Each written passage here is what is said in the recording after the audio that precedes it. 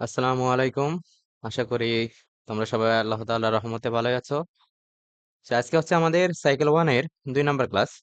মূলত এই ক্লাসে আমরা বিভিন্ন ধরনের গাণিতিক সমস্যার সমাধানগুলো শিখব। ঠিক আছে? চলো বেশি কথা না বলে আমরা ক্লাসটি শুরু করি। আমাদের প্রথম 1 নাম্বার যে ম্যাথটি রয়েছে সেখানে বলছে কি যে একটি ট্রেন স্থির অবস্থান থেকে যাত্রা শুরু করে। দেখো মনে রাখবা স্থির অবস্থা মানে কি? কোন একটা ব্যক্তি যদি স্থির থাকে বা কোন একটা গাড়ি যদি স্থির থাকে তার মানে সে সামনের দিকে অগ্রসর হচ্ছে না, তাহলে তার অবস্থানও কোনো পরিবর্তন ঘটবে না। যদি অবস্থানে পরিবর্তন না ঘটে তাহলে তার বেগও থাকবে না। বেগ না থাকাকে আমরা এখানে সংখ্যা দ্বারা যদি বোঝাই তাহলে কি বলবো, যে তার বেগ হচ্ছে শূন্য। চলে মনে রাখবা স্থির অবস্থার মানে হচ্ছে যে ওই ব্যক্তি বা বস্তুর বেগ শূন্য। তো যেহেতু এখানে স্থির অবস্থান বলা হয়েছে, তার মানে হচ্ছে যে তার বেগ শূন্য হবে ওই অবস্থানের জন্য। তো স্থির অবস্থান থেকে যাত্রা শুরু করে সমত্বরণে 1 মিনিট চলার পর, তাহলে ওই ব্যক্তিটা চলছে কিসে? সমত্বরণে। তার মানে এখানে এ আছে। কত সময় ধরে চলছে? 1 মিনিট। তাহলে এটা হচ্ছে যে আমাদের সময়। চলার পর 30 মিটার/সেকেন্ড বেগ প্রাপ্ত হয়। এখন দেখো, প্রথমে মনে করো এই হচ্ছে সেই বস্তু, এখন সেই স্থির অবস্থায় আছে, স্থির অবস্থানে আছে। এখান থেকে সে এবার চলা শুরু করেছে। চলা শুরু করে 1 মিনিট পরে সে এই অবস্থানে গেছে। ধরি এটা হচ্ছে এ অবস্থান, এটা হচ্ছে বি। তাহলে এ নামক অবস্থানে সে ছিল স্থির। বি নামক অবস্থানে যখন সে পৌঁছায়ছে তখন তার বেগ হয়েছে 30 মিটার/সেকেন্ড। তাহলে এই যে ঘটনাটা, এই ঘটনাটা আমার শুরু হচ্ছে এ অবস্থান থেকে, শেষ হচ্ছে বি অবস্থানে। তাহলে আমরা বলতে পারি এ হচ্ছে এখানে শুরুর অবস্থান আর বি হচ্ছে আমাদের শেষ অবস্থান। তো যেহেতু এ হচ্ছে শুরুর অবস্থান, তাহলে এতে যে বেগ থাকবে তা হচ্ছে শুরুর বেগ, যাকে আমরা বলি আদি বেগ। তো এই পজিশনে আমরা পাবো হচ্ছে যে আদি বেগ। ঘটনা যেহেতু এখানে বি তে শেষ হচ্ছে, তাহলে এখানে যে বেগ পাবো তা পাবো হচ্ছে আমরা শেষ বেগ। বোঝা গেছে? তাহলে স্থির অবস্থানে ছিল, তার মানে বেগ 0। এটা যেহেতু আদি অবস্থান, তাহলে আদি বেগ হচ্ছে 0। তাহলে আমরা লিখতে পারি এখানে ইউ হচ্ছে 0 মিটার/সেকেন্ড। শেষ বেগ প্রশ্নে দেওয়া আছে 30 মিটার/সেকেন্ড। সময় দেওয়া আছে আমাদের 1 মিনিট। এককটা খেয়াল রাখতে হবে, হ্যাঁ? দেখো এখানে আমরা সময়ের একক সব জায়গায় ব্যবহার করছি সেকেন্ড, এখানে দেওয়া আছে মিনিট, তাহলে মিনিটকে আমরা সেকেন্ডে কনভার্ট করব। আমরা জানি 1 মিনিট সমান 60 সেকেন্ড। আর কি দেওয়া আছে? আপাতত আর কিছু দেওয়া নাই। বলেছি ট্রেনটির ত্বরণ কত। ত্বরণ বলতে আমরা বুঝি এ। এই মোটামুটি 4টা ইনফরমেশন আমাদের কাছে আছে, 3টা আছে আর একটার মান আমাদের বের করতে হবে। এখন আমাদের কাজ হচ্ছে সূত্র প্রয়োগ করা। তো তোমাদের প্রতি একটা সাজেশন থাকবে যে সূত্রগুলো তোমরা অনেকেই যেহেতু প্রথম শুরু করছো, একটু টাফ হইতে পারে। মানে এমন সময় হয় কি যে তুমি সূত্র জানো কিন্তু সূত্র প্রয়োগ করতে পারছো না, যে কোন সূত্রটা ব্যবহার করবো সাথে সাথে মনে আসে না। এই জন্য একটা প্র্যাকটিস করতে পারো যে যতগুলো সূত্র আমরা এতক্ষণ পড়েছি সবগুলো সূত্র একবারে লিখবা।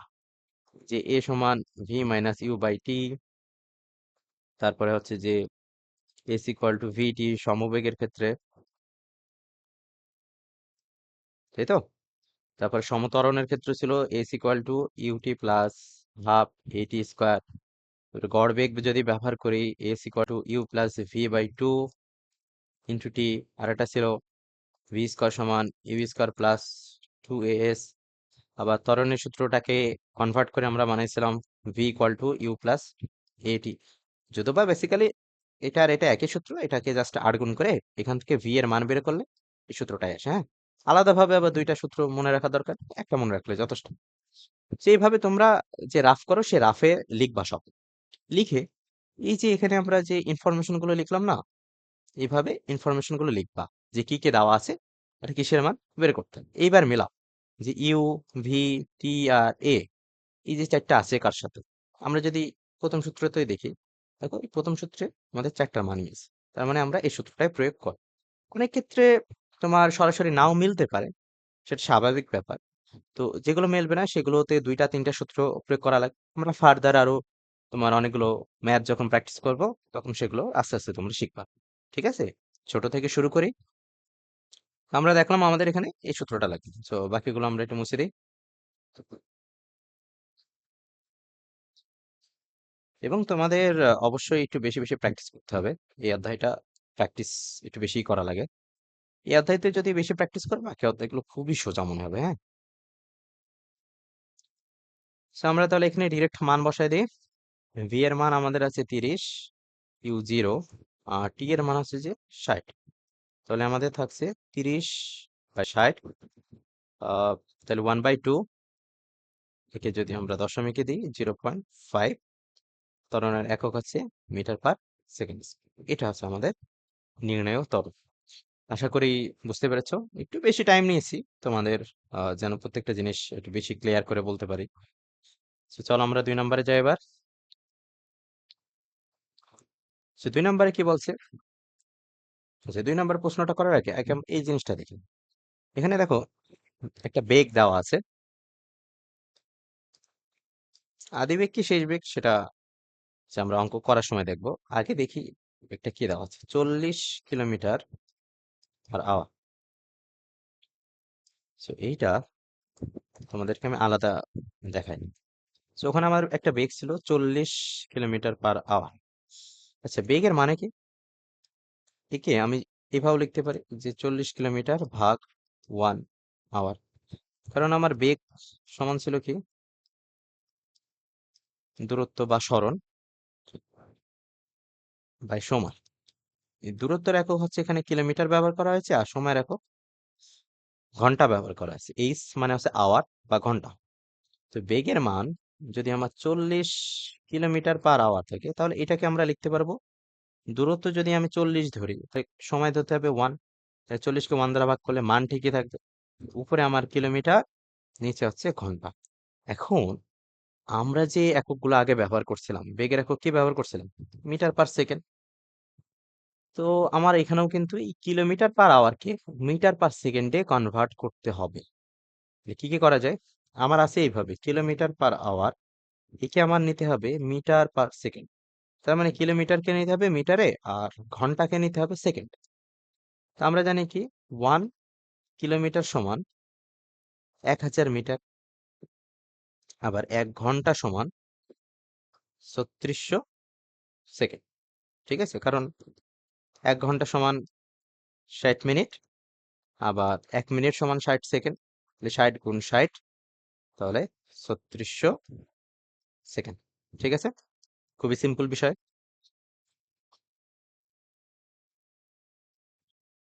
তাহলে আমার যদি কখনো কোনো বেগ কিলোমিটার/আওয়ারে দেওয়া থাকে, সেখান থেকে যদি আমার মিটার পার সেকেন্ডে কনভার্ট করার প্রয়োজন হয়, তাহলে কি করতে হবে আমার?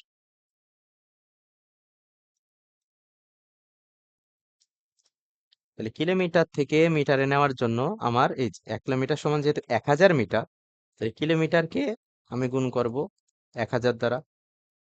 আবার নিচের ঘন্টা থেকে সেকেন্ডে নেওয়ার জন্য নিচের অংশকে গুণ করব আমি 3600 দ্বারা। তাই তো, এই যে 1 ঘন্টা সমান 3600 সেকেন্ড। বোঝা গেছে? তো এখন দেখো, এটাকে একটু সাইডে করে দিই। সরি,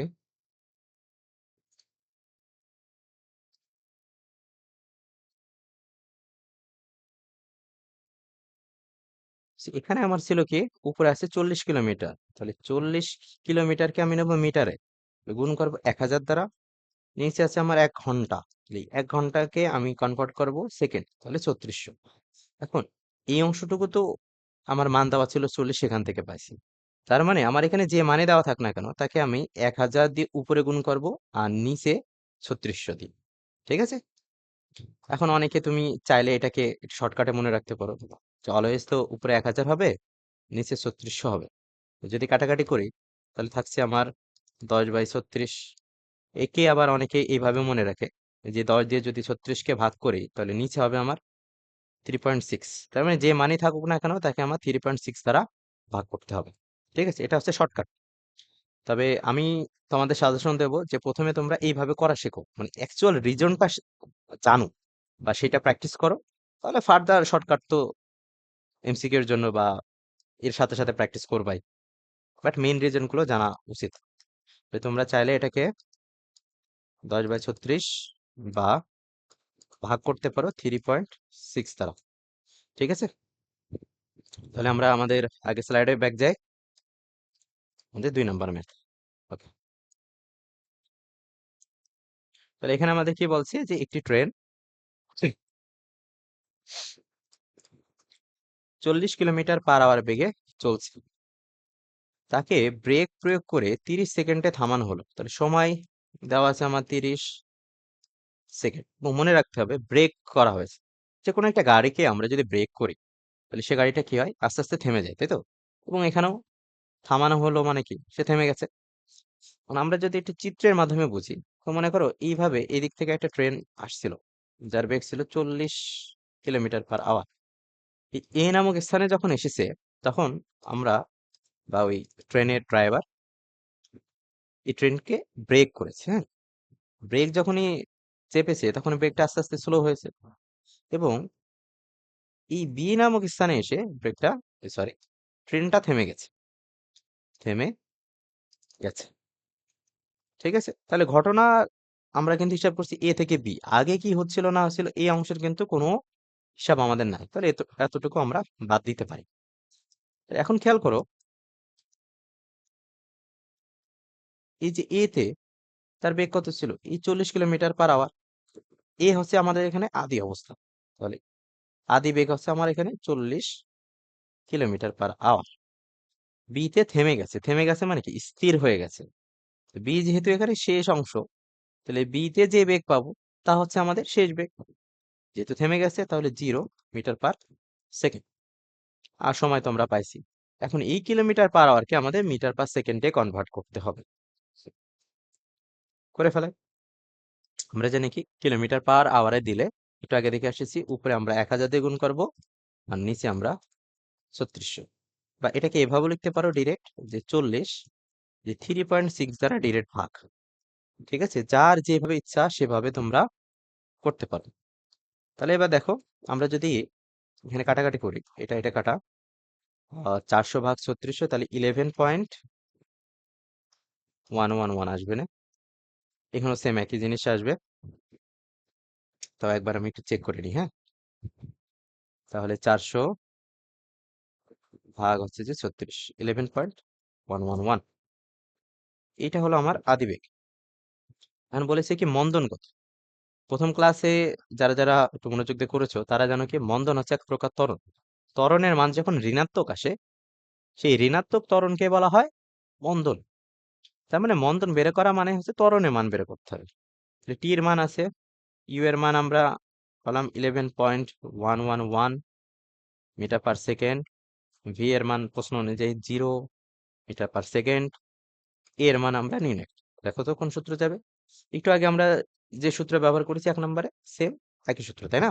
যেহেতু ইউ ভি আর টি দেওয়া আছে, এর মান বের করতে হবে। সো আমরা জানি A equal to V minus U by টি।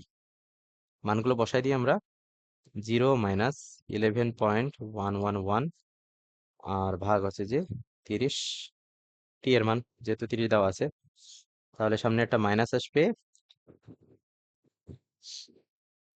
আর 11 একে যদি আমরা 30 দ্বারা ভাগ করি, তাহলে আমাদের আসবে না -0.370।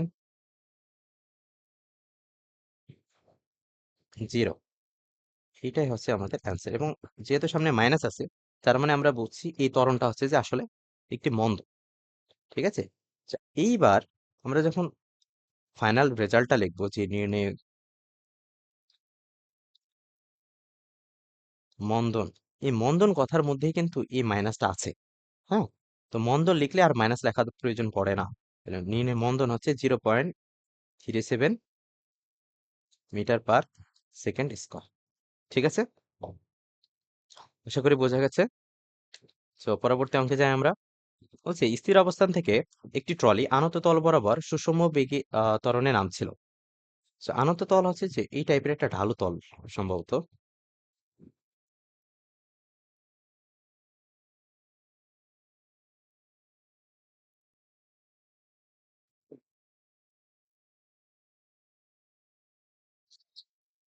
ঠিক আছে? আনত তল হচ্ছে যে ধরো এরকম একটা সারফেস, এটা হচ্ছে যে আমাদের ভূমি, হ্যাঁ, অ্যাকচুয়াল ভূমি। এখান থেকে কোনো বস্তু যদি এরকম হেলানো অবস্থায় থাকে তাহলে তাকে বলে আনত তল। এখন এই তলের বরাবর একটা কি বলছি ট্রলি একটি আনত তল বরাবর সুষম ত্বরণের নাম ছিল, উপর থেকে নিচে নামছে। অর্থাৎ এটা যদি এ হয়, এটা যদি বি হয়, তাহলে এ থেকে বি এর দিকে নামছে। ঠিক আছে, এখন নামার সময় কিভাবে নামছিল? স্থির অবস্থান থেকে। তো ধরি এখানে হচ্ছে যে আমাদের সেই ট্রলিটা ছিল, যে ছিল স্থির অবস্থানে। যেহেতু ঘটনা এ থেকে শুরু হচ্ছে বা এই অবস্থান থেকে শুরু হচ্ছে, এখানে যে বেগ তা হচ্ছে আদিবেগ। তো ইউ হচ্ছে যে আমাদের 0 মিটার পার সেকেন্ড। যে 40 সেন্টিমিটার যাওয়ার পর এর বেগ হয় 20 সেন্টিমিটার পার সেকেন্ড। ধরে নিই আমরা এখান থেকে এই পর্যন্ত যে পজিশন আছে, এটা দৈর্ঘ্য হচ্ছে 40 সেন্টিমিটার। এখানে আসার পরে তার বেগ হয়েছে 20 সেন্টিমিটার পার সেকেন্ড। এটাকে আমরা মিটার পার সেকেন্ড না লিখে সেন্টিমিটার পার সেকেন্ড লিখতে পারি। এখন অনেকে বলতে পারো, ভাইয়া তাহলে এখানেও কি আমাদের চেঞ্জ করতে হবে, যেহেতু আমাদের সেন্টিমিটার পার সেকেন্ড দেওয়া আছে, আমরা তো মিটার পার সেকেন্ড পড়ে আসছি। উত্তর হচ্ছে এই পার্টিকুলার এই অঙ্কের জন্য চেঞ্জ করার প্রয়োজন নাই। কারণ কি? কারণ এখানে আমরা যে দূরত্ব বা এস এর মান ব্যবহার করব 40 সেন্টিমিটার, বেগের মান আমাদের দেওয়া আছে 20 সেন্টিমিটার পার সেকেন্ড। দেখো এখানে যত জায়গায় দূরত্ব আছে সব জায়গায় সেন্টিমিটার ব্যবহার করা হয়েছে। মনে রাখতে হবে কি, যে আমরা একটা অঙ্কের মধ্যে সেম টাইপের একক যত জায়গায় ব্যবহার করব সেগুলো সব একই হইতে হবে। ধরো আমি যদি সময় দুই জায়গায় ব্যবহার করি, ধরো T1 এবং T2 নামক দুইটা সময় ব্যবহার করছি আমি, হইতে পারে কোনো একটা অঙ্কে। জাস্ট এক্সাম্পল দিচ্ছি, এক জায়গায় আছে 20 মিনিট দেওয়া আছে, আরেক জায়গায় দেওয়া আছে 200 সেকেন্ড। ঠিক আছে, এখন আমি এই দুইটা একসাথে ব্যবহার করতে পারবো না, হয় এই মিনিটকে সেকেন্ডে কনভার্ট করতে হবে আর নয় সেকেন্ডকে মিনিটে কনভার্ট করতে হবে। যাই করি না কেন একই ধরনের একক রাখতে হবে। বোঝা গেছে? এখন দেখো, তাহলে এই যে এস মানে দূরত্ব, এই দূরত্ব দেওয়া আছে সেন্টিমিটার এককে। বেগের মধ্যে যে দূরত্ব ব্যবহার করা হয়েছে সেই দূরত্ব দেওয়া আছে সেন্টিমিটার একক। তাহলে সব জায়গায় দূরত্বের এককে সেন্টিমিটার ব্যবহার করা হয়েছে। তো চাইলে আমি এটাকে সেন্টিমিটারে লিখতে পারি, এবং আমার যখন অ্যান্সার আসবে, অ্যান্সারে যদি দূরত্ব রিলেটেড কিছু থাকে তো তাহলে সেখানেও সেন্টিমিটারই রাখতে হবে। ঠিক আছে, দুইটা নিয়মেই করব, টেনশন নাই। এটা একটু কপি করে রাখে, আগে আমরা সেন্টিমিটার রেখে করি। তাহলে আমাদের এখানে দেওয়া আছে আদি বেগ 0 সেন্টিমিটার পার সেকেন্ড, শেষ বেগ দেওয়া আছে 20 সেন্টিমিটার পার সেকেন্ড। আর কি দেওয়া আছে? এস এর মান দেওয়া আছে 40 সেন্টিমিটার। বের করতে বলেছে কি, 40 সেন্টিমিটার যাওয়ার পরে এর বেগ 20 সেন্টিমিটার পার সেকেন্ড হলে ত্বরণ নির্ণয় করো, অর্থাৎ এর মান নির্ণয় করতে হবে। এবার দেখো এখানে চারটা আছে, এই চারটা দিয়ে কোন সূত্র হয়? একটু আগে আমরা ব্যবহার করেছি এইটা। এখানে টি ছিল, এখানে কি টি দেওয়া আছে? নাই। তো এই সূত্র ব্যবহার করা যাবে না। তাহলে দেখো আর কোন কোন সূত্র আছে। আরেকটা আছে আমাদের, ভি স্কোয়ার সমান U square plus twice A S. এই সূত্রের সাথে যদি মিলাই, এখানে চারটাই কিন্তু হুবহু মিলে গেছে। তো এখান থেকে এর মান বের করতে হবে, তাহলে এটাকে এক পাশে রেখে বাকিগুলো অন্য পাশে পাঠাই। তোমরা চাইলে ডিরেক্ট এখানে মান বসায় দিতে পারো। তাহলে ইউ কে ওই পাশে পাঠাইলে হবে V square minus U square equal to twice A S. এর মান বের করবো, সো এর সাথে 2 আর এস গুণ আকারে আছে, ওই পাশে গেলে ভাগ। ওই পাশে ছিল V square minus U square, আর এই পাশ থেকে যাবে 2 আর এস। এইবার মান বসাই, এবং তোমরা প্রথম করার সময় এইভাবে সূত্রগুলো কনভার্ট করে করে করবা, কারণ এমসিকিউর জন্য এগুলো খুবই সুবিধাজনক হয়। এমসিকিউতে তুমি ডিরেক্ট মান বসায় ক্যালকুলেশন করতে গেলে ঝামেলা। যদি তুমি এখন প্র্যাকটিসের সময় এইভাবে প্র্যাকটিস করো, তখন তোমার বেশি বেশি প্র্যাকটিস করলে এই জিনিসগুলো অলরেডি মনে থাকবে। যখন তোমার এই সেম অঙ্ক এমসিকিউতে আসতেও পারে, তো এমসিকিউতে আসলে তুমি ডিরেক্টলি তখন ক্যালকুলেটারে মান বসাইতে পারবা, তোমার খাতা কলমে কিচ্ছু লেখার প্রয়োজন হবে না। বোঝা গেছে? এই জন্য তোমাদের প্রতি সাজেশন থাকবে যে তোমরা এই সূত্রগুলো একটু কনভার্ট করে করে করার চেষ্টা করো। তাহলে আমরা মান বসাই, ভি এর মান 20, 20 তার স্কোয়ার মাইনাস 0 তার স্কোয়ার বাই 2 গুণ 40। তাহলে উপরে হচ্ছে 2 দুগুণে 4, নিচে হচ্ছে 4 দুগুণে 8, 50 টা 40 সেন্টিমিটার পার সেকেন্ড স্কোয়ার। দেখো, ত্বরণের একক আমরা এর আগে দেখছিলাম মিটার পার সেকেন্ড স্কোয়ার, কিন্তু এখানে ব্যবহার করছি কি সেন্টিমিটার। কারণ এখানে আমরা বেগের যে দূরত্ব ছিল সেই দূরত্ব সেন্টিমিটারে রাখছি, আবার শুধুমাত্র যে দূরত্ব ছিল সেখানেও একক সেন্টিমিটারে রাখছিলাম। এজন্য ত্বরণের মধ্যে যে দূরত্বের একক আছে সেটাও আমাদের সেন্টিমিটারে রাখতে হবে। ঠিক আছে। এইবার কেউ যদি মনে করো সেম অঙ্ক আমি আরেকবার করাচ্ছি, যে ভাই আমি এটাতে অত বুঝলাম না, আমি এত ঝামেলা করতে যাচ্ছি না, আমি সব অঙ্ক মিটার পার সেকেন্ডে কনভার্ট করে নেব বা এসআই এককে কনভার্ট করে কর। তো এখানে তাহলে জিরো, যেহেতু জিরো কে তুমি সেন্টিমিটার পার সেকেন্ড লেখো, মিটার পার সেকেন্ড লেখো একই, কারণ জিরো কে যা দিয়ে গুণ করো যা দিয়ে ভাগ করো না কেন, জিরো বাদে আর কি, রেজাল্ট তো জিরোই আসবে। তাহলে ইউ এর মান 0 মিটার পার সেকেন্ড, ভি এর মান দেওয়া আছে 20 সেন্টিমিটার পার সেকেন্ড।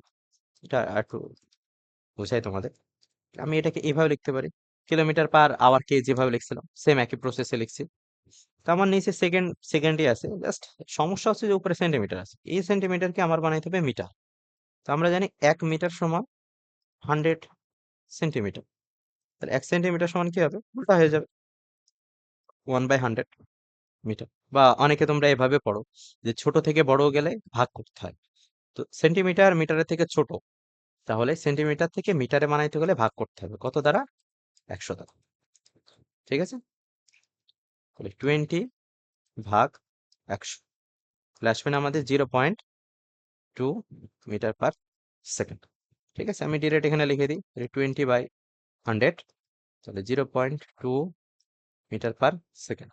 আর কিসের মান দেওয়া আছে, এস এর মান দেওয়া আছে 40 সেন্টিমিটার। একেও আমাদের মিটারে নিতে হবে, যেহেতু এখানে আমরা সেন্টিমিটারকে মিটারে কনভার্ট করছি। তাহলে 40/100, তাহলে 0.4 মিটার। এগুলো আমরা বাদ দিয়ে দিই। আশা করি বুঝতে পারছো, হ্যাঁ। একটু বেশি বেশি প্র্যাকটিস করলে আরো ক্লিয়ার হয়ে যাবে। যদি তাও সমস্যা হয় তাহলে ক্লাসটা একটু আরেকবার রিওয়াইন্ড করে দেখে নিও। ওকে, সো এবার আমরা ডিরেক্ট সূত্রটা বসাই দিই। যেহেতু আগের পেজ আমি কনভার্ট করেছি, ডিরেক্ট এই সূত্রটা বসাচ্ছি, হ্যাঁ। ডাবল আর নাইবা লিখি, এ সমান V square minus U square by twice S. So মানগুলো যদি এবার বসাই, 0.2 তার স্কোয়ার মাইনাস 0 স্কোয়ার/2 গুণ 0.4, তাহলে এখানে আসবে না 0.04, 2 × 2 = 4, আর দুইটা সংখ্যার আগে পয়েন্ট আসবে, তাহলে 1 2 তার আগে পয়েন্ট, আর এখানে আসবে 0.8, তাহলে এখানে আসবে 40/8, 0.05 মিটার পার সেকেন্ড স্কোয়ার। ঠিক আছে, তো এটা গেল এখন আমাদের অ্যান্সার। এখন যদি আমরা দুইটা অ্যান্সারের মধ্যে কম্পেয়ার করার চেষ্টা করি, তো প্রথমে আমার অ্যান্সার আসছিল 5 সেন্টিমিটার পার সেকেন্ড স্কোয়ার। এবার এই 5 কে আমি যদি মিটারে বানাইতে চাই তাহলে কি করতে হবে আমার, সরি, যেহেতু সেকেন্ড সেকেন্ডে আছে ওটাতে নিয়ে তো সমস্যা নাই, তাহলে এই সেন্টিমিটারকে মিটারে করতে গেলে একে আমার ভাগ করতে হবে 100 দ্বারা, তাই তো। তাহলে 5/100, তাহলে 0.05 মিটার হয়ে গেল সেন্টিমিটার, আর নিচে সেকেন্ড স্কোয়ার ছিল, সেকেন্ড স্কোয়ার থেকে যাচ্ছে। ঠিক আছে, তো এই হচ্ছে যে আমার অ্যান্সার। তো তোমরা চাইলেই যে কোনো ভাবে রাখতে পারো, যদি তুমি চাও এইভাবে করে এখানে অ্যান্সার রাখবা তাতেও কোনো সমস্যা নেই। যদি তুমি চাও এইভাবে করে এটাকে তুমি আবার সেন্টিমিটারে কনভার্ট করবা, তাহলে মিটার থেকে সেন্টিমিটারে যাওয়ার জন্য 100 দ্বারা গুণ করতে হয়, তাই তো। তাহলে 0.05 কে 100 দ্বারা গুণ করলে হবে 5, আর মিটার হয়ে যাবে সেন্টিমিটার। যে কোনো একটা অ্যান্সার রাখলে যথেষ্ট। ঠিক আছে, ওইটা নিয়ে কোনো সমস্যা নেই। তো যার যেই পদ্ধতি পছন্দ হয় সে সেভাবে অঙ্কটা করতে পারো, এটা কিন্তু অঙ্কের মধ্যে না, হ্যাঁ।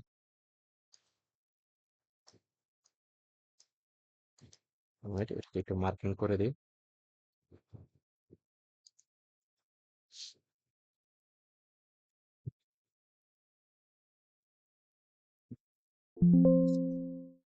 ওকে, এবার আমরা পরের অঙ্কটা করি। বলছে একটি গাড়ি 30 সেকেন্ডে 600 মিটার দূরত্ব অতিক্রম করে, এর গড় দ্রুতি কত। গড় দ্রুতি বলতে কি বোঝায়, যে সূত্রটা ছিল সমবেগের সূত্র আর গড় দ্রুতি নির্ণয়ের সূত্র সেম একই, হ্যাঁ।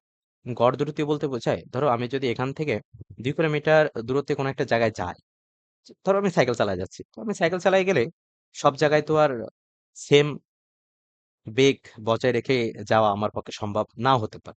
তো বিভিন্ন জায়গায় আমি একটু কোনো জায়গায় জোরে গেছি, কোনো জায়গায় হালকা ব্রেক চেপে একটু স্লো গেছি। তো এখন আমার যদি প্রত্যেকটা অংশে ছোট ছোট বেগের কারণে প্রত্যেকটা দূরত্ব আলাদা আলাদা ভাবে নির্ণয় করতে হয়, খুবই এটা ঝামেলা। আমরা এটাকে গড় বেগের মাধ্যমে নির্ণয় করতে পারি। আমরা যখন সূত্র করছিলাম যে এটা এস ইকুয়াল টু ভিডি, সমবেগের সূত্র, তাই তো? এই ভি কে আমরা আবার ধরছিলাম বড় হাতের ভি, যাকে আমরা বলছিলাম গড় বেগ। আমাদের হাতে যেহেতু দুইটা বেগ ছিল, ভি আর ইউ, সেই দুইটার বেগ দিয়ে আমরা এই সরি গড় দিয়ে এই একটা সূত্র বানাইছিলাম। এখন আমাদের বলেছে কি গড় দ্রুতি নির্ণয় করো, তাহলে আমরা ডিরেক্টলি সমবেগের যে সূত্র ছিল সেম সূত্র ব্যবহার করতে পারি, বা সমবেগের সূত্র না বলে আমরা গড় দ্রুতি সূত্র বলতে পারি। সেম জিনিস, এটাকে বড় হাতের ভি রাখতে হবে। তাহলে এস ইকুয়াল টু ভিটি, কি কি দেওয়া আছে আমার এখানে? একটি গাড়ি 30 সেকেন্ডে, টি দেওয়া আছে 30 সেকেন্ড 60 মিটার দূরত্ব অতিক্রম করে, তাহলে এস এর মান দেওয়া আছে, সরি, 600 মিটার। বের করতে বলেছে বড় হাতের ভি বা গড় বেগ। তাহলে ভি এর সাথে টি গুণ আকার আছে, পাশে পাঠায় দাও, ভাগ হয়ে যাবে এস বাই টি। 600/30, শূন্য শূন্য কাটা, 20 মিটার পার সেকেন্ড। খুবই ছোট ছোট অঙ্ক, হ্যাঁ। প্রথম ক্লাসে মূলত আমরা ছোট ছোট অঙ্কই করব, নেক্সট ক্লাসে এর থেকে আরেকটু জটিল অঙ্ক করার চেষ্টা করব। তো এবার আমরা 5 নম্বরটা দেখি। বলছে ভূমি ত্যাগ করার পূর্বে স্থির অবস্থান, দেখো বলা আছে কি স্থির অবস্থান, তার মানে ওই অবস্থানে তার বেগ ছিল 0। তো স্থির অবস্থান থেকে 10 মিটার পার সেকেন্ড স্কোয়ার সুষম ত্বরণ, ত্বরণের মান দেওয়া আছে 10 মিটার পার সেকেন্ড স্কোয়ার। সুষম ত্বরণে একটি বিমান রানওয়েতে 2 কিলোমিটার দৌড়ায়। তো যে দূরত্ব অতিক্রম করেছে তার মান দেওয়া আছে 2 কিলোমিটার। দূরত্ব এখানে আমরা মিটারে রাখেছি, তাহলে এই কিলোমিটারকে আমাদের মিটারে কনভার্ট করতে হবে। তাহলে 1000 দিয়ে গুণ করো, 2000 মিটার। রানওয়ে অতিক্রম করতে বিমানটির কত সময় লাগবে, টি এর মান জানতে চেয়েছে। স্থির অবস্থান বলা ছিল না, ওখানে তো একটা বেগ দেওয়া ছিল। আমরা যদি এটা চিত্র আঁকাই, মনে করো এটা হচ্ছে এ অবস্থান, এটা হচ্ছে যে বি অবস্থান। সে বিমানটা এ থেকে বি তে যাচ্ছে, সে এ থেকে বি এর দূরত্ব দেওয়া আছে আমার এখানে 2 কিলোমিটার। এখন এ তে যখন ছিল তখন সে ছিল কি স্থির অবস্থানে, তার মানে এর অবস্থান আছে স্থির। তো এখান থেকে যেহেতু যাত্রা শুরু, তাহলে এ হচ্ছে যে আদি অবস্থান, এবং আদি অবস্থানে যেহেতু সে স্থির ছিল, তাহলে ইউ এর মান আছে 0 মিটার পার সেকেন্ড। ওকে। এবং যাওয়ার সময় সে যাচ্ছিল সমতরণে, সেই সমতরণের মানও দেওয়া আছে 10 মিটার পার সেকেন্ড। এটা হচ্ছে যে আমাদের একটা নমুনা চিত্র। ছোট অঙ্ক তো নমুনা চিত্র এই জন্য তেমন একটা লাগছে না, বাট বড় অঙ্কের ক্ষেত্রে নমুনা চিত্র অবশ্যই আঁকাইতে হয়। এখন থেকে প্র্যাকটিস করো, ফার্দার উপকার পাবা। তাহলে আমাদের টি এর মান বের করতে হবে। দেখো এবার কি কি দেওয়া আছে আমাদের কাছে। A S T are you, যেহেতু সমতরণ, ত্বরণ দূরত্ব যদি দেওয়া থাকে, তাহলে S equal to U T plus half A T square. সমতরণের সূত্র এটা, সমতরণ। ঠিক আছে, তোমরা মিলাবা সবসময় কি দেওয়া আছে আর কিসের মান বের করতে হবে। এগুলো ডিরেক্ট কোনো সূত্রে পড়ছে কেন সেগুলো আগে দেখতে হবে। ঠিক আছে, ইউ এর মান এখানে 0, 0 গুণ টি প্লাস হাফ গুণ এর মান দেওয়া আছে আমাদের 10, টি এর মান আমরা বের করবো টি স্কোয়ার। এস এর মান দেওয়া ছিল আমাদের 2000। 0-র সাথে টি গুণ করলে 0, তাহলে এই পাশে 2000, 2 দিয়ে 10-এর ভাগ করলে হবে 5, 5 টি স্কোয়ার। টি স্কোয়ারকে রাখি, 5 ওই পাশে পাঠিয়ে দিলে ভাগ হয়ে যাবে 2000/5।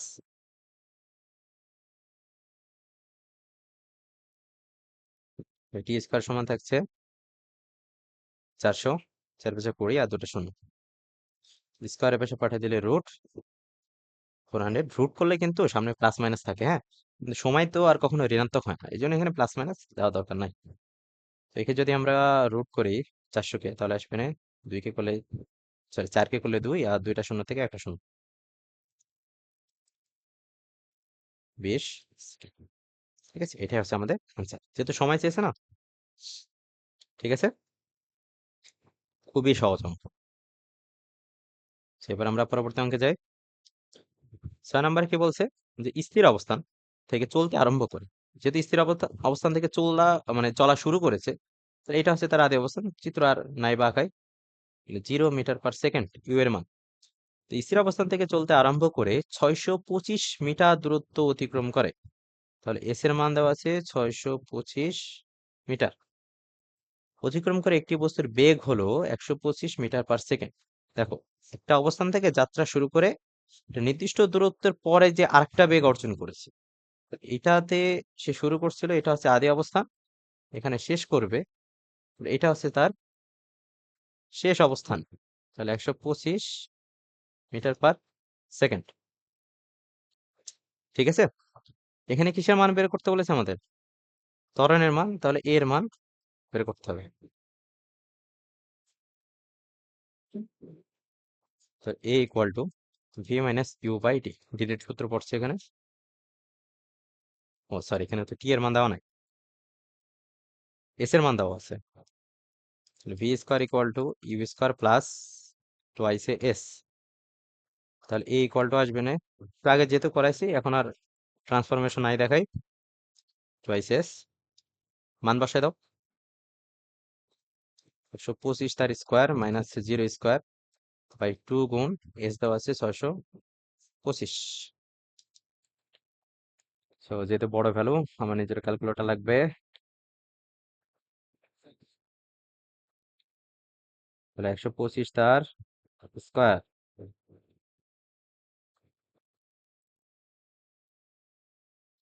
125 কে স্কোয়ার করলে হবে না 15, 6, 2, 5। এত বড় বড় ভ্যালু তো থাকার কথা না। তো যাই হোক, যাই দেওয়া আছে তাই করে। এরপরে আছে কত, 2 গুণ 625, 6 দুগুণে 12, 1250। উপরে আছে যে 15, 6, 2, 5 ভাগ 1250। তাহলে আমাদের আসছে 12.5 মিটার/সেকেন্ড স্কোয়ার। ঠিক আছে, খুবই সহজ অঙ্ক কিন্তু।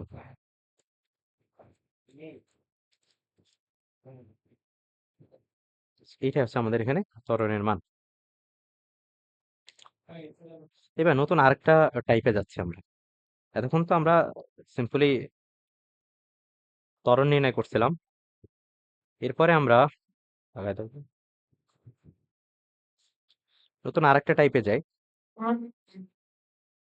তো এখানে বলছে কি, একটি ইঁদুর একটি বিড়াল থেকে 15 মিটার এগিয়ে ছিল। বিড়ালটি ইঁদুরটিকে ধরার জন্য 2 মিটার/সেকেন্ড স্কোয়ার সুষম ত্বরণে দৌড়াতে লাগলো। ইঁদুরটিও একটা নির্দিষ্ট বেগে দৌড়াতে থাকলে কখন ইঁদুর এবং বিড়ালের বেগ সমান হবে? সে এই অঙ্ক আমি এর আগে যাদেরকে পড়াইছি, ছোটখাটো দিলে এরা একটু ঝামেলা করে। ঝামেলা হচ্ছে যে এখানে যে উদ্দীপকটা দেওয়া আছে, এই উদ্দীপক কিন্তু একটা সৃজনশীলের উদ্দীপক। হ্যাঁ, উদ্দীপকের সম্পূর্ণ অংশ আমাদের কাজে লাগবে না। উদ্দীপকে এক ধরনের ইনফরমেশন দেওয়া আছে, প্রশ্নে আমাদের একটু অন্য ধরনের প্রশ্ন করেছে। বলছে কখন ইঁদুর এবং বিড়ালের বেগ সমান হবে। এখন আগে একটা নমুনা চিত্র আঁকাই আমরা। বলছে একটি ইঁদুর একটি বিড়াল থেকে 15 মিটার এগিয়েছিল। মনে করি এখানে আছে আমাদের সেই ইঁদুর, এখানে আছে বিড়াল। ঠিক আছে, এখন এই বিড়াল থেকে ইঁদুরটা কত দূরত্ব এগিয়েছিল? 15 মিটার। বিড়ালটি ইঁদুরটিকে ধরার জন্য 2 মিটার/সেকেন্ড স্কোয়ার সুষম ত্বরণে দৌড়াতে লাগলো। তাহলে বিড়াল দৌড়াচ্ছে সুষম ত্বরণ, এবং তার মান দেওয়া আছে আমাদের 2 মিটার/সেকেন্ড স্কোয়ার। ইঁদুরের ক্ষেত্রে কি কি ইনফরমেশন দেওয়া আছে? যে ইঁদুর দৌড়াচ্ছে সুষম বেগে, সুষম বেগ, এবং সে বেগের মান দেওয়া আছে আমাদের 20 মিটার/সেকেন্ড। এখন এই যে দুইজন দুই ভাবে দৌড়াচ্ছে, এইটার উপরে কিন্তু ডিপেন্ড করে আমাদের প্রশ্নটা সমাধান করতে হবে। সুষম সরি সুষম বেগ মানে কি? যে বেগের মান কখনো চেঞ্জ হবে না। বাইরে থেকে আমরা যদি কোনো বল প্রয়োগ না করি, তাহলে এই ইঁদুর 20 মিটার/সেকেন্ডে যাচ্ছে, 20 মিটার/সেকেন্ডেই যেতে থাকে। এর বেগের মান চেঞ্জ করা প্রশ্ন অনুযায়ী আমাদের সম্ভব না। বিড়াল যেহেতু আছে, বিড়ালের এই বেগটার মান আমাদের চেঞ্জ করা সম্ভব। বিড়াল যাচ্ছে সুষম ত্বরণ। সুষম ত্বরণের অর্থ হচ্ছে প্রতি সেকেন্ডে তার বেগের মান এই ত্বরণের মান অনুযায়ী চেঞ্জ হয়। প্রথমে সে যদি স্থির থাকে, তো 0তম সেকেন্ড, মানে যখন সময় গণনা আমরা এখনো শুরু করিনি, তখন তার বেগের মান হচ্ছে 0। 1 সেকেন্ড পরে তার বেগের মান হবে 2। 2 সেকেন্ড পরে হবে 2 + 2 অর্থাৎ 4। 3 সেকেন্ড পরে হবে 4 + 2 অর্থাৎ 6। 4 সেকেন্ড পরে হবে 6 + 2 অর্থাৎ 8। ঠিক আছে, ত্বরণের অর্থই হচ্ছে কিন্তু এটা। ত্বরণের মান মূলত প্রতি সেকেন্ড পর পর ওই বেগের মানের সাথে যোগ হতে হতে থাকবে। ঠিক আছে, আগে যে বেগ ছিল তার সাথে ত্বরণের মান যোগ করলে পরের সেকেন্ডে বেগ পাওয়া যাবে। 1 সেকেন্ডের ক্ষেত্রে যে বেগ ছিল তার আরেক সেকেন্ড পরে অর্থাৎ 2 নাম্বার সেকেন্ডে যে তার বেগ হবে ওই 1 সেকেন্ডের বেগ প্লাস ত্বরণের মান। বুঝাতে পারছি আমি? তার মানে বিড়াল যেহেতু সুষম ত্বরণে দৌড়াচ্ছে, এর বেগের মান চেঞ্জ করা সম্ভব। এবং বিড়াল কখন দৌড়ানো শুরু করলো? সে ইঁদুরকে দেখে দৌড়ানো শুরু করেছে। তার মানে সে আগে গতিশীল ছিল না। গতিশীল ছিল না মানে কি? সে হয় স্থির অবস্থানে ছিল, বসেছিল। তার মানে তার আদি বেগ হচ্ছে যে 0 মিটার/সেকেন্ড। ইঁদুরের যে বেগ, এই বেগ তো আমাদের চেঞ্জ করা সম্ভব না, কিন্তু বিড়ালের বেগ 0 ছিল এবং এর একটা ত্বরণ আছে। তার মানে এই ইউকে একটা নির্দিষ্ট সময় পরে এই ভি এর সমান বানানো সম্ভব। বুঝাতে পারছি? তাহলে দুইটা ব্যক্তি বা দুইটা প্রাণী বা দুইটা গাড়ি যদি দেওয়া থাকে যে একজন সুষম ত্বরণে দৌড়াচ্ছে আর একজন সুষম বেগে, কখন উভয়ের বেগ সমান হবে? তাহলে যে সুষম বেগে দৌড়াচ্ছে এর বেগ চেঞ্জ করা সম্ভব না, কিন্তু এর বেগের সমান হইতে পারবে হচ্ছে যে সুষম ত্বরণে দৌড়াচ্ছে। তাহলে ইঁদুরটার বেগ চেঞ্জ করতে পারবো না আমরা এখানে, বিড়ালের বেগ পারবো। বিড়ালের বেগটা 20 করা যেহেতু সম্ভব, তাহলে এই 20 হইতে যে সময় লাগবে সেই সময় পরেই হচ্ছে যে উভয়ের বেগ সমান হবে। বোঝা গেছে? তাহলে সব মুছে গেল। v = 20 metre per second. আমরা এখানে লিখতে পারি শর্ত মতে বিড়ালের, যে একটু ব্যাখ্যা করে লিখি, হ্যাঁ, তোমাদের যেন পরবর্তীতে সুবিধা হয়। শর্ত মতে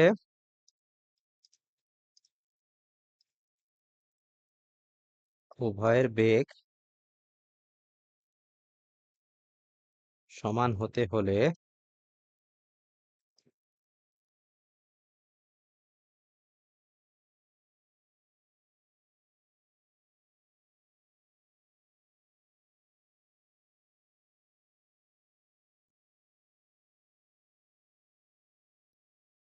বিড়ালের শেষ বেগ না, সরি,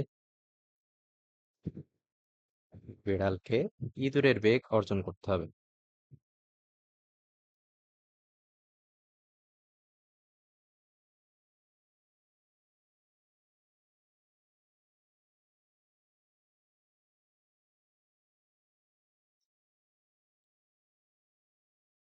সুতরাং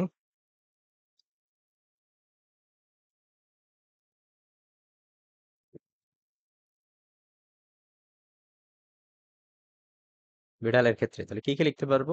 বিড়াল প্রথমে স্থির অবস্থানে ছিল, তাহলে আদি বেগ হচ্ছে 0, এবং উভয়ের বেগ সমান করার জন্য বিড়ালকে ইঁদুরের বেগ অর্জন করা লাগবে। ইঁদুরের বেগ হচ্ছে যে 20 মিটার/সেকেন্ড। তাহলে এই বেগটাই হচ্ছে বিড়ালের ক্ষেত্রে শর্ত অনুযায়ী শেষ বেগ। সময় আমরা বের করব, এবং বিড়ালের ত্বরণ দেওয়া আছে 2 মিটার/সেকেন্ড²। দেখো খুবই, ইউভি আর টি দেওয়া আছে, ত্বরণের মান বের করতে হবে। তাহলে a = v - u/t, বা একে যদি আমরা 8 গুণ করি, v = u + at, এই সূত্র পাবো। যদি আরেকবার দেখাই দিই, এর নিচে কিছু নেই মানে 1 আছে, 8 গুণ করো, এর সাথে টি গুণ হবে, এ পাশে থাকবে ভিটি। ইউ কে পাশে নিয়ে আসো, মাইনাস আছে প্লাস হয়ে যাবে, তাহলে +u + at, আর এই পাশে থাকবে শুধু ভি। ঠিক আছে, এটা রাখা দরকার। তো এবার আমরা মান বসাই। ইউ হচ্ছে 0, এর মান 2, ভির মান 20, টি এর মান বের করবো। তাহলে থাকছে আমাদের টোয়াইস টি = 20, তাহলে টি = 20/2, 10 সেকেন্ড। ঠিক আছে, অতএব 10 সেকেন্ড পরে বিড়ালের বেগও হবে 20, আর ইঁদুরের বেগ তো 20 আছে। ঠিক আছে।